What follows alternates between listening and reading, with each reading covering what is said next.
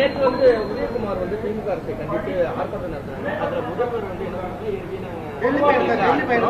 இப்ப வந்து எலெக்ஷன்ல வந்து ஜெயிச்சு அவங்களோட பேச்சு சட்டை கழுத்துவோம் அப்படின்னு சர்ச்சைக்குரிய பேச்சு மேடையில பேசியிருக்காரு. 4 வருஷமா அப்படிதான் பேசுறாரு.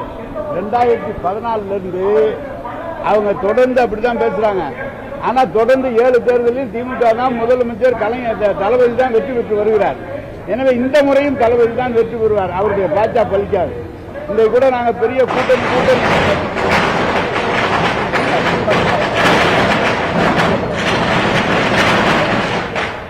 கூட்டணின்னு சொல்றாங்க. அதை பத்திலாம் இல்ல.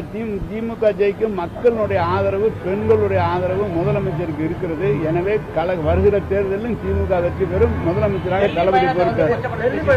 அவங்களால வேற என்னங்க சொல்ல முடியும்? பணம் இல்லைன்னு கேட்கிறான். நிதி கூட்டத்தில் கலந்துக்கிறாரு. முதலமைச்சர் சந்திக்கிறத இவங்கள மாதிரி போய் கை கட்டிலாம் பேசல. அவர் நேராக தான் பேச போறாரு. எல்லாத்தையும் பேசுறாரு. அதுல என்னங்க இருக்கு? தமிழ்நாடுடைய வளர்ச்சிக்காக போறாரு. இவனை கொச்சப்படுத்துறாங்க. அதுதான் பணம் வேணும் தான் போயிருக்காங்க.